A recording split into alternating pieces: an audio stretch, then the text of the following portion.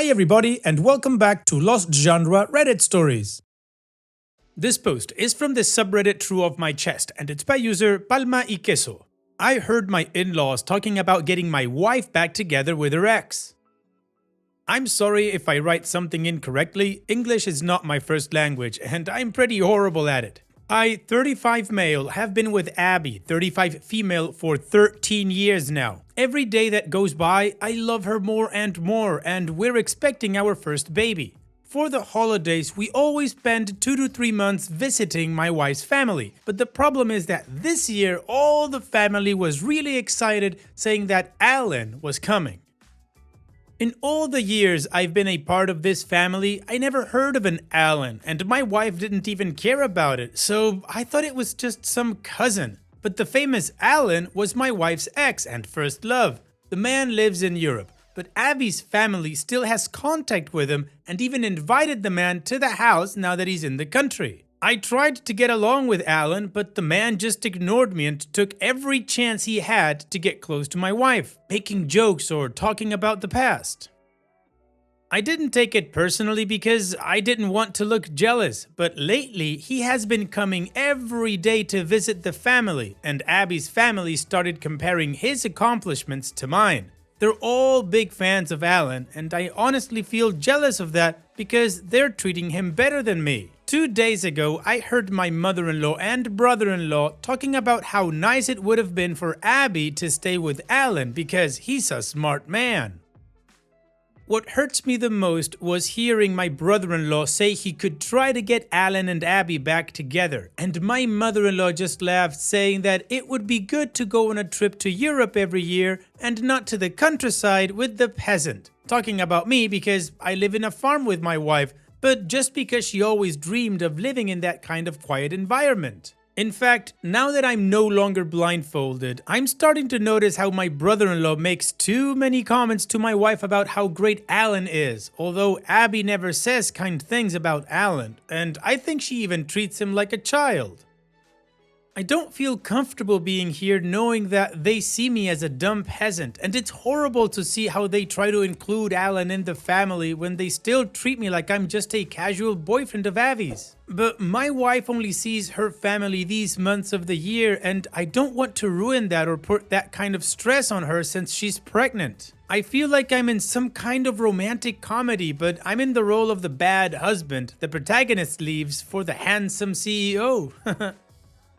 Well, OP, this is a crappy situation, and here's the thing, you're not part of that family apparently. Your family is Abby and the child that's coming, that's it. The people you're staying with is extended family at this point, and the really crappy one at that. And from what you've told us, it sounds like Abby's family has ulterior motives other than Abby's happiness, because she apparently is very happy with you. She's living the life that she wants in the place that she wants. This is something you definitely need to talk to your wife about. I understand that you worry about her stress levels because, well, she's pregnant. But this is still something that she should know. Maybe you try to ease her into the topic by asking her about Alan and how she feels about Alan, and then you tell her what you heard. And then you also need to tell her how you feel, that you don't feel welcomed in that house anymore. And if your wife is the woman that she sounds like, she's gonna take you and say, then we're done here, and you guys are gonna go back to the farm. Or she might try to talk to her family and tell her that they're being idiots, in which case you need to be there in case it gets heated to protect your wife from any kind of stress.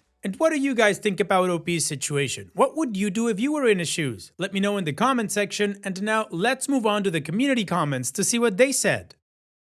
Sunshine Bear 100 says, and what does your wife say? And OP responds, my wife just ignores Alan, and when my brother-in-law says those things, Abby just says, if you like Alan that much, then F him. And the conversation ends. When I found out it's her ex, she just said, yeah, I dated him for 2 months when I finished high school, and then made a disgusted face. I couldn't ask more because she has been really tired with the pregnancy and don't want to stress her more. Soul Searcher AU says, they dated for 2 months out of high school, over a decade ago. Your wife doesn't care for him and has told you so. She even went so far as to say that if brother-in-law loves him so much, brother-in-law should F him. Tell your wife what you overheard. Tell her that you are hurt that they called you a peasant. It sounds like your wife is aware of their maneuvering and doesn't care. Has a lovely life with you, living on a farm, which is what she aspired to. And to top it all off, she's pregnant with your baby. Whilst their words are hurtful, your wife doesn't care about Alan, and she's explicitly told you that. Talk to her and come up with a plan together on how to move forward.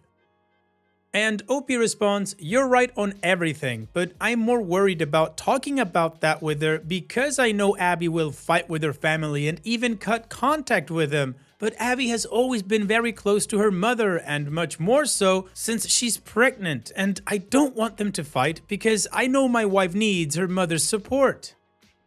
Odd Welcome 7940 says, talk to your wife. Stressing her out isn't ideal, but lying to her is worse. This is exactly the kind of thing she deserves to know. You won't be able to stay there without airing this out and potentially seeking some revenge. It will eat at you. You will seem like the bad guy. Talk to your wife before this occurs. Don't demand that she has the answers, but let her know and ask her opinion on how she would like to proceed. Mi nombre es Ricardo says, first, you have to talk to your wife. Tell her everything you notice and everything her family has been saying. Tell her you're deeply offended by that and that you expect an apology from them and to leave that very moment. Don't be afraid to sound jealous. You're not. They're actively comparing you and attacking you. You need to be assertive, no nonsense, and nip this at the bud. Otherwise, they're gonna start creating situations that damage Abby's perception of you, and they will start pushing her closer to him. This is not the time to be afraid to be seen as controlling. Quite the contrary. This is the time to show them you're a man that will not take crap from anyone. Believe me, Abby will like that. Additional information from OP's comments. I had mentioned to Abby that she had never told me about that ex, and she said that Alan was never someone relevant in her life, and she considers me her first love. So I'm totally sure she doesn't even feel anything for him. Abby always responds coldly to the weird comments her family makes, but she is normally resting in the bedroom, and they have never said anything as harsh as what I heard from my brother-in-law and mother-in-law. From what I heard, he lived in the same neighborhood, but they were never close until Abby started dating him. When he moved to Europe, the family still had contact with him through Facebook and WhatsApp, and even some members of the family stayed in his house when they traveled to Europe, so it seems the aunts and cousins are really close with him. They always made jokes about our farm life, and I know my mother-in-law hates that Abby has gone to live so far away from them. She always hides her dislike for me, although I can feel the cold treatment she always gives me. My brothers-in-law always made it obvious that they didn't like me for taking their older sister away. The rest of the family treats me well or just normal, but Alan is really charismatic. Plus, they're all really extroverted people, and I'm more on the quiet side, so I think it's easier for them to like him more. Okay, well, the community had different ways to tell OP the same thing, that he should talk to his wife first before doing anything else, that his wife deserves to know, and then they should make a decision as a couple as to how to move forward. And from the additional context and the answers that OP gave, we get that Abby has absolutely no interest in Alan and doesn't really care for him. The disgusted face and telling the brother-in-law that he should go F Alan are pretty big indicators. In any case, it's time to move on to the update to see how the story ends, but before that, if you're enjoying this video so far, don't forget to click that like button, leave me a comment saying so or what you would do in OP's situation, and if you haven't subscribed yet, come on, join us so you can get my videos on your feed every day. And now, let's move on with the update. I found out my wife was cheating on me with Alan. Nah, just kidding. Thanks for all the advice I received. Many of them were very helpful, and some were very weird ideas, like recording conversations with my mother-in-law or having my wife choose between her family or me. Maybe it's something cultural, but I would never give an ultimatum like that because to me, it's a really low blow to do. Here, family is very important. After making the post and reading the comments, I decided to talk with Abby about what I heard. We were in our room, and I talked about what her mother and brother said as calmly as possible. But the moment I finished telling everything, Abby just kissed my forehead and ran with her pregnant belly out of the room to literally yell at everyone in the living room. No one spoke beside an aunt who tried to justify them by saying that they were just making jokes, to which I replied that they were uncomfortable and disgusting jokes. At some point, Abby told her mother something like, "Whether you like it or not, I'm married to this man and I'm going to have this baby with him and many more, so shut up and bear with it." Then my wife yelled at her brothers and went with them to talk in private. My brothers-in-law talked with me and admitted that they were only doing that because they believed I forced Abby to marry me and live on a farm far away from the family, when it was actually Abby's idea to get married in private and live on the farm. So all these years, it has just been a misunderstanding. The three brothers apologized to me and were really embarrassed about their behavior, saying they had only invited Alan to mess with me. After that, most of the family members apologized to us. Abby told everyone that she doesn't want to see Alan in the house anymore while we're here. She's not going to forbid them to talk to him, but doesn't want to see him near her because it's uncomfortable. Mother-in-law tried to complain, but Abby just said, "Shut up, Mom," and left the living room with me. In the bedroom, Abby confessed to me that she also felt uncomfortable, but since Alan is a friend of the family, she preferred not to say anything other than make passive-aggressive comments at him. For example, after New Year's, we were all eating and Alan stroked her belly without asking. Ew. To which my wife said, "Do it again and I'll bite you." Hence, he never did it again. Abby even said that when she had an opportunity, she actually talked with Alan and told him that she disliked being touched by other people.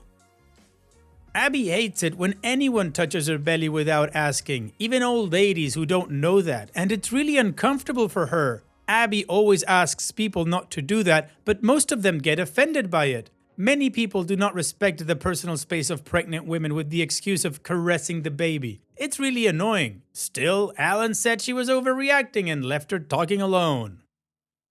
I feel really stupid for not noticing how uncomfortable my wife also felt, because after the belly incident, whenever Alan was in the house was when she stayed most of the time in the bedroom with the excuse that she was tired because of the pregnancy. And just out of curiosity, I asked her why she broke up with Alan if he's such a cool man, because I'll admit it, he's really charismatic. And Abby told me that he always treated her as if he knew everything and explained things that she already knew every time they talked. Abby never felt the need to talk about that relationship because it wasn't relevant. She sees me and not Alan as her first love. I apologized to Abby for not noticing how uncomfortable she was and only looking at my feelings without talking about them as a couple. And Abby also apologized for the same. We promised to communicate this kind of thing to each other no matter what.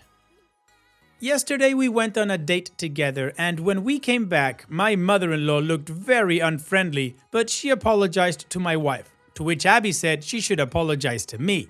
So mother-in-law and I talked for a while alone, and although I'm still upset, we promised to at least be civil with each other for Abby and the baby. We decided that the next time we'll stay in a hotel while we're here, even if it's a 3-hour drive. It would be better for us to be comfortable, and 3 months in my in-laws' house was always really tiring, so it's something we should have done sooner. For now, Alan is no longer in the picture because yesterday I got his number to send a message clarifying why he can't come back and why I don't want him near my wife. The man just blocked me without answering. I guess he understood, but if he didn't, I don't have a problem in going to talk about it face to face. Thanks for the good wishes to all people who are commenting. I'm sure I will never do anything to mess up what I have now with my little family. Smiley face. Opie's edit. I showed Abby the Reddit post and she didn't have any problem with me asking for advice. I'm even posting this now with her hugging my arm. I love this woman a lot. Smiley face. Also, Alan came back to the country because he divorced his wife and is flirting with any woman he meets. So it seems he thought it was a great idea to try and flirt with my pregnant wife. Well, OP, I'm gonna count this as a positive update. Communication once again takes the win. Your wife is just as awesome as we got the impression from your first post. She called everybody out and told them to just shut up. She totally stood up for you and your relationship, and that's what a partner should do when the other partner is being offended by the family like you were. So here's wishing you, Abby, and the baby the best in the future. Take care, OP, and thank you for sharing. And now let's finish this video with a mood booster post. This post is from the subreddit Malicious Compliance, and it's by user TSS Caramel. Upper management of the sports club fires me and cripples their kitchen. So, I'm a professional chef, and I have been for a few years. In Australia, apprentice chefs are trained in a sort of college where we learn about 150 recipes. Now, many of the recipes are provided to the students in bulky, finicky booklets that you wouldn't really want to take anywhere with you. So I started writing some of the recipes in a separate notebook along with some other recipes I'd learned from co-workers or family members. I created a sort of pseudo cookbook, and I would often bring this book into the kitchen so I would remember ingredient quantities and cooking times. Eventually, I would leave the book in the kitchen pretty much around the clock. What I soon found out was that some of the other chefs in the kitchen were using my cookbook to check official recipes for the restaurant we worked for, as typically the head chef would have to tell them, and this got annoying for everyone. This restaurant was a part of a popular sports club in the local area. Hence, consistency was extremely important to management. As such, having a written record of the new recipes or changes to long-time recipes was very important. As it turned out, management had stopped making changes to the official club recipe book a few months before I even started, so my book became the de facto official recipe book. For a while, this was no issue with me, and I kept adding new recipes to it throughout the next few years. However, after my third year working there, I finished my studies and became fully qualified as a chef. So I suddenly became more expensive to keep on as a staff member, and as such, management started looking for any reason to replace me with a new apprentice. Eventually, they found someone to replace me and gave a half-assed reason for firing me and told me to take all your things and leave as you can no longer afford what we're looking for. So I took everything I owned and left, including the notebook with all the club's recipes. For a few days, not a whole lot happened, but slowly the club's reviews started complaining about bland food, dry cakes, inconsistent classic recipes, and every other food-related thing you could think of. At one point, there were 50 negative reviews in a single day, which was a massive number of negative reviews for our town. It felt pretty damn good since I felt they deserved it and left me unemployed on short notice. However, I was quickly offered a new job by a smaller restaurant whose owner knew me from the sports club kitchen.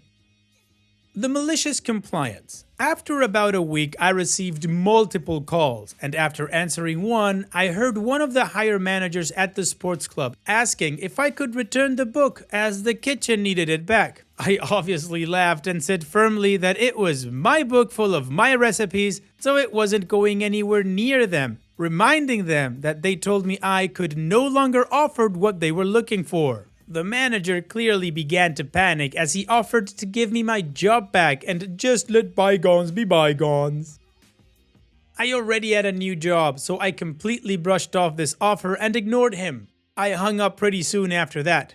I started putting the recipes from my book on the new restaurant's menu, and it was beginning to attract a few regular customers of the sports club. So I quickly found myself with more and more responsibility and command within the kitchen, to the point that about a third of the menu was from my book. Now, this slow trickle of sports club regulars picked up speed after about 3 months and led to several high-level managers from the club deciding to visit the restaurant I'd helped build and virtually demanded I give them my cookbook, claiming that it would be much more beneficial for the community if they had it. My head chef laughed in their faces and told them to piss off.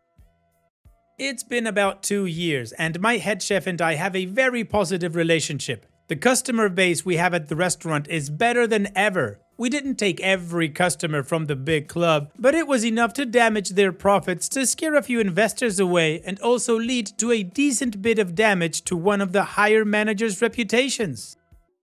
Furthermore, the recipe issues and negative reviews led to the majority of the kitchen quitting, and according to one of my old colleagues, they cited the lack of support and organization from upper management as the final reasons everyone was quitting. And this led to an even larger dip in the quality of the restaurant food. I also get paid significantly more at this restaurant than I was at the sports club. Well, OP, they had a very good reason to fire you. You clearly couldn't offer anything of what they were looking for. Some people really like to fight with their bottom line. Just to save a few pennies on your salary, they lost a large amount of money. It's on them. Thanks for sharing, OP. And that's it for today's video. Thank you so much for taking the time to watch it. Now, if you've gotten to this point in the video, I assume that you like these stories that I'm reading out. So here are a couple more that you might enjoy. And if you don't have any time to watch another story right now, save it for later. And also, don't forget to hit that subscribe button.